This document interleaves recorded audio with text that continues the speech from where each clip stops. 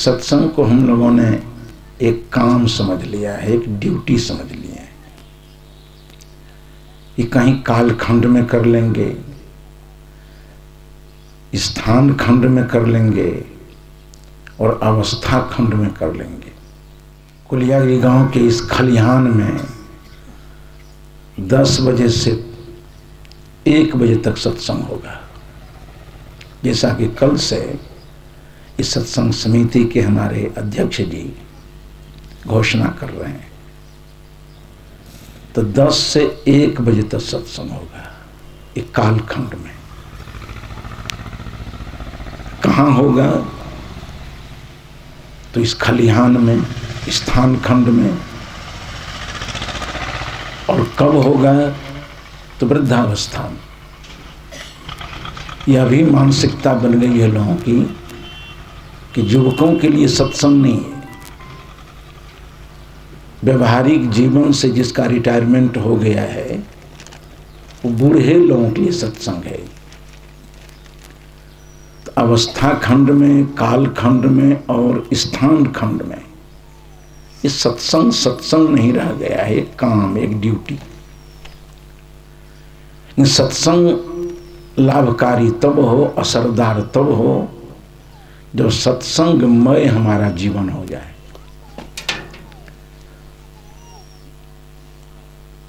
सत्संग की निरंतरता, समग्रता हमारे जीवन में हो, तब सत्संग से लाभ नहीं हो, सत्संग से फायदा नहीं हो, तो सारे प्रागैतिहासिक काल से कहने वाले संत महापुरुष और वर्तमान में जितने संत गुरुजन सत्संग की महिमा और गरिमा गा रहे हैं, उनकी बातें झूठी हो जाएंगी। लेकिन बात झूठ नहीं है, बिल्कुल सही है। यदि भाई बहनों के जीवन में सत्संग की समग्रता और निरंतरता हो, कैसे हो? एक छोटा सा उदाहरण देकर बात को मैं स्पष्ट कर दूं। एक आदमी को रोग हो गया, चिकित्सक के पास गया। चिकित्सक ने कहा कि देखो अमुक दवा का सेवन करो और पथ्य ये है कि तुम धरती पर पैर मत रखो। घर में हो तब, शौचालय में हो तब, विद्यालय में हो, कार्यालय में हो, जहां जाओ वहां चमड़ा बिछाया हुआ। चमड़ा रहित स्थान में तुम पैर रखोगे तो ये रोग का कोई उपचार भी सही नहीं होगा। बड़ा निराश हो गया कि कोई भी दुनिया का बड़ा धनवान है, पूरी धरती पर पूरा चमड़ा बिछा दे तो जानवर नहीं बचेंगे। अब पूरी धरती को चर्मावृत नहीं किया जा सकता है। जब आदमी जीवन में उलझ जाता है तब वो संत गुरु के पास पहुंचता है। जो संत गुरुजनों का जीवन सुलझा हुआ होता है, उनकी समझ सुलझी हुई होती है, वो युक्ति में जीते हैं। योगी जुगत से जीवे और अपनी युक्ति से उसके जीवन में आए उलझनों को सुलझा देते हैं, उसकी भूलों को सुधार देते हैं। तभी सदगुरु कबीर के बीजक में आया है कि भूल मिटे गुरु मिले पारखी, पारख दे लखाई, कहीं कबीर भूल की औषध पारख सबकी भाई। जब कहीं उसकी समस्याओं का समाधान नहीं मिला, एक संत के पास चला गया। उसको बहुत उदास देखा, उस संत ने बड़ा दुखी देखा, मर्माहत देखा। कहा बेटे तुम बड़े दुखी मालूम पड़ते हो, बड़े हताश हो। कहा गुरुजी अब जीने की ही संभावना नहीं है, क्योंकि रोग लग गया है। चिकित्सक के पास गया, उन्होंने दवा लिखी, संयम बड़ा टेढ़ा है। कहा क्या?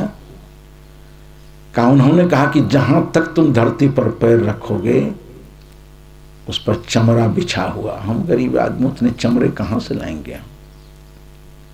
सभी जानवरों को छील करके चमड़ा बिछा दूं, अपने परिवार के लोगों की चमड़ी, अपनी देह की भी चमड़ी बिछा दूं, तो भी लगता है कि पैर खाली जगह में पैर जाएगा। भाई संत ने कहा घबराओ नहीं, तुम्हारे पास पैसे हैं? कहा गरीब आदमी हूं। और सज्जन का तो सारा ऐश्वर्य परोपकार के लिए होता है। उनका तन, उनका मन, उनकी विद्या, उनका धन, परोपकाराय स्ताम विभूतयः सताम सज्जनानां विभूतयः परोपकाराय भवन्ति। सज्जन के सारे ऐश्वर्य जनहित के लिए हुआ करते हैं। उन्होंने कहा कि देखो मेरी झोली में कुछ पैसे हों। आज देखो हमारे बगल में बैठे हैं संत श्री घनश्याम जी, इतना परोपकारी इनका जीवन है। आपके यहां आते हैं, कुछ पैसे मिल जाते हैं, विदाई में कपड़े मिल जाते हैं, तो जितना कम से कम हो जरूरत भर कपड़े कोई अपनी देह में लगाते हैं। आवश्यक खर्च में भी कटौती करके, इसलिए कि दर्जनों अनाथ बच्चे कोई अपने आश्रम में पालते और शिक्षा देते हैं। उन अनाथ बच्चों की शिक्षा, चिकित्सा, नैतिकता के संवर्धन में ही अपना जीवन को समर्पित कर दिया है। ये सोचते हैं तो उन बच्चों के विकास के लिए। संत ने कहा कि मेरी झोली को लाओ, उसमें कुछ पैसे थे, निकाल कर दिया। कहा चले जाओ दुकान में, वहां चमड़े के जूते मिलते हैं, जूते खरीद कर ले आओ। उस दुखी आदमी को, अभावग्रस्त आदमी को, उसके पैर में चमड़े के जूते लगा दिए गुरुजी। कहा तुम मंदिर में जाओ तब चमड़ा बिछा हुआ है, शौचालय में जाओ तब जब बिछा हुआ है चमड़ा, जहां तुम जाओ वहीं धरती चमड़ी से ढकी हुई मिलेगी, तुम पैर में ही जूता लगा लो। उसी तरह से हम ऐसा करें कि हमारा जीवन सत्संगमय हो जाए। सत्संग हमारे लिए ड्यूटी नहीं रहे, सत्संग हमारे लिए एक निर्धारित समय पर काम नहीं हो। जहां हम रहें वहीं सत्संग होता रहे। सत्संग की निरंतरता, सत्संग की समग्रता हमारे जीवन में हो, निरंतर रूप से, समग्र रूप से हमारा जीवन सत्संगमय हो जाए। कैसे होगा ये? अभी कुछ भाई लोग कह रहे हैं कि हम सत्संग में जा रहे हैं। इसके पहले क्या कर रहे थे? अगर दुकान पर सत्संग नहीं कर रहे हो, जानवरों को लेकर खेतों में चराने गए हो, वहां सत्संग नहीं कर रहे हो, जीवन की जिस अवस्था और परिस्थिति में काम करते हो वहां सत्संग नहीं होता है, तो इस खलिहान के 4 घंटे के सत्संग से बहुत लाभ होने वाला नहीं है। जहीं हो वहीं सत्संग होता रहे। हम दुकान में बैठे हुए हैं, माप तोल कर रहे हैं, सामान खरीद रहे हैं, बेच रहे हैं, वहां हम सत्संगी नहीं हैं, तो इस पंडाल में आकर के हम सत्संगी नहीं हो सकते। इसका मतलब है कि जहां हम बैठे हैं, जहां हम जो कुछ कर रहे हैं, उस समय सत्चिंतन हो, सद्वचन हो, सदाचरण हो। आपके संपूर्ण जीवन में सत्संग एक कवच बन गया।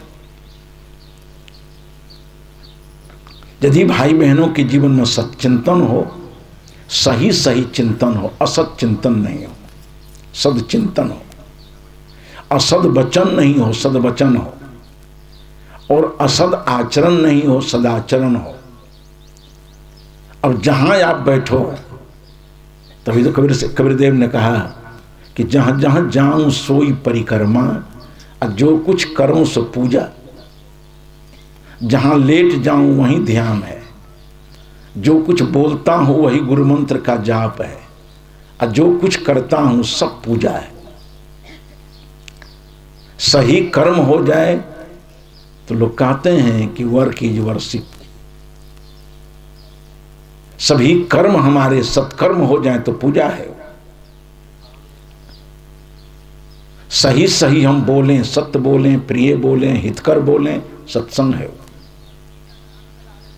जहां हम अपने आत्म कल्याण का चिंतन करें, सर्वजा हमारा चिंतन हो, सर्वजन हिताय सर्वजन सुखाय, आत्म कल्याण के लिए, सुंदर सब समाज के निर्माण के लिए अगर हम चिंतन करते हैं तो सत्चिंतन है। कभी भी अपने चिंतन में आत्मपतन और दूसरे का अहित का भाव नहीं हो तो सत्चिंतन है। मैंने कहा यदि भाई बहनों के जीवन में सत्चिंतन हो, सद्वचन हो, सदाचरण हो तो उसके जीवन में सत्संग हो गया, सत्संगमय उसका जीवन हो गया। अगर दुकान पर बैठ करके खरीद बेच रहे हो, एक आदमी खरीदने वाला था, जो बाटा होता है, क्या कहते हैं, जिससे सामान को तोलते हैं, बटखारा, एक ही शब्द है, यही भी हमारे यहाँ है। तो बटखारा जिससे वो चावल धान लेता था, इतना ईमानदार था, बटखारा के नीचे कुछ खाली जगह होती है, उसमें वो रांगा भर दिया था। ईमानदार था बेचारा। अब कोई धान बेचने आवे तो 1 किलो ले, और बटखारा को देख रहा है बेचने वाला, और खरीदने वाले की साजिश है कि जो भीतर जो खाली जगह थी उसमें रांगा भर दिया था। अब बेचने वाला 1 किलो चावल बेचे, 1 किलो खरीदने वाला खरीदे, और गुप्त रूप से ऐसी साजिश की खुदा मियाँ को ही पता नहीं चले, और चावल हो जाए 1.25 किलो, और बेचने वाला 1 किलो का दाम ले रहा है और खरीदने वाला 1.25 किलो चावल खरीद रहा है। ऐसा अगर खरीदने वाला और बेचने वाला हो, और कोई अगर खरीदने वाला आ गया और चावल भी बेचता था, तो जिस बटखारा से वो बेचता था वो बटखारा अलग था। उस बटखारा को पत्थर पर रगड़ते रगड़ते 1/4 प्राण ले लिया था उसका। अब खरीदने वाला को लगे कि हम 1 किलो चावल खरीद रहे हैं, और 1 किलो चावल का दाम दे रहा है, पैसा दे रहा है, और बेचने वाला इतना सफेद बेईमान है कि वो कमजोर बटखारा से चावल लौट नाप कर देता है। खरीदने वाले से पैसा ले लिया 1 किलो चावल का, खरीदने वाले को चावल हो गया 12 छटाक। अगर दुकान पर आप सत्संगी नहीं हो, सही सही बेचते नहीं हो, सही सही खरीदते नहीं हो, इस खलिहान का सत्संग आपको लाभ नहीं करेगा। असली सत्संगी हम जहां हैं, कर्म कर रहे हैं, हमारे कर्म सही सही हों तो हम सत्संगी वहां भी हैं। अगर दुकान पर आप सही सत्संगी हो तो यहां पर भी सही सत्संगी हो सकते हो। अगर वहां काट मार का काम चल रहा है तो यहां भी आपकी दृष्टि वही होगी। मैं एक जगह सत्संग में था, एक बूढ़ी माँ आई पीछे से, कभी खतरा हुआ होगा, वो हाथ में चप्पल लेकर इधर उधर घूम रही है।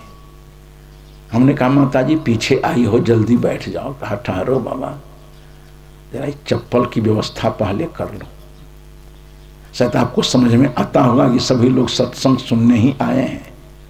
कुछ लोग ऐसी मानसिकता के भी सत्संग में आते हैं जो साल में 4 बार सत्संग उनको मिल जाए तो उनके जूते चप्पल कभी पुराने नहीं होते हैं। जो दुकान में बैठ कर के काट मार करता है वो यहाँ भी काट मार करेगा। यहाँ भी पुराने जूते चप्पल को छोड़ करके, अपने चप्पल को छोड़ करके कोशिश करेगा कौन नया जूता और चप्पल पहनकर आया है। ये जूता चप्पल परिवर्तन केंद्र भी हो जाता है। तो जिसकी मानसिकता सही नहीं है, दुकान में बैठ करके काट मार करता है, वो सत्संग में आकर ही काट मार करेगा। संत से आशीर्वाद भी मांगेगा तो ये मान ही आशीर्वाद मांगेगा कि साहब हमारे चिंतन सही हो, आचरण सही हो, ए गुरु जी हमारा कल्याण ठीक हो जाए। यहां भी आकर के वो सौदेबाजी ही करेगा कि गुरु जी कृपा करो ना, इस वर्ष का व्यापार हमारा फायदेमंद हो जाए। जहां जाएगा वो लाभ है सोचेगा, आर्थिक लाभ। धर्म जाए जहन्नुम में तो जाए, राष्ट्रीयता चली जाए, भाईचारा खत्म हो जाए। जेन केन प्रकारेण द्रव्यागमनम भवेत, जिस किसी तरह से धनार्जन हो जाए, वो धर्म को भी दफना करके, भाईचारे को दफना करके, राष्ट्रीयता को दफना करके धन कमाना चाहता है। उद्देश्य ही है धनार्जन। एक दिन एक सेठ मर गया था, जिसके जीवन का मुख्य उद्देश्य हुआ करता है धनार्जन।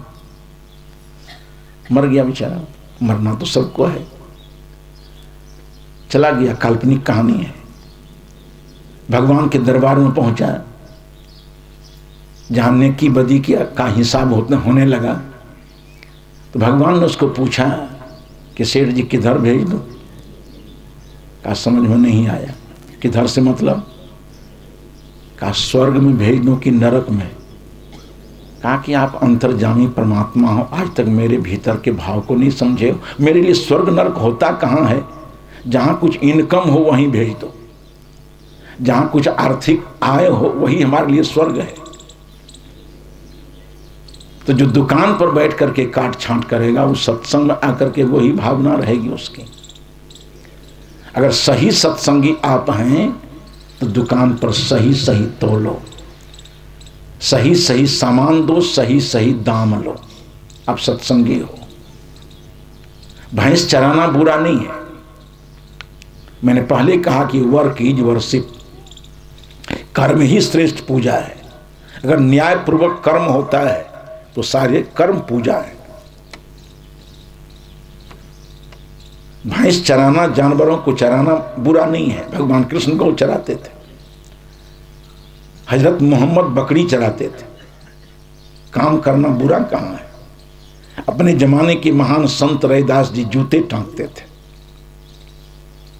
दुनिया का महापुरुष हजरत ईसा लकड़ी छिलने वाला, विश्व के वैचारिक मेरुदंड को हिला देने वाले, परिवर्तित कर देने वाले सदगुरु कबीर ऐसे संत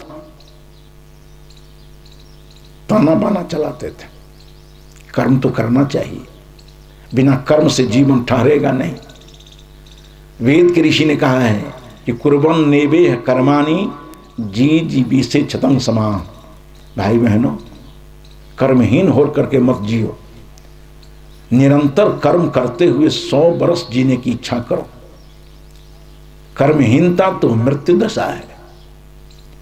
शंकराचार्य जी ने कहा कि जीवन मृतः कह, जीते जी मरा हुआ कौन है? जो निरुद्यमी है, प्रभाग्योपजीवी है, दूसरे की कमाई खाता है, दूसरे की कमाई ओढ़ता है, पहनता है, सारा जीवन दूसरे के श्रमार्जित संपत्ति पर आधारित है।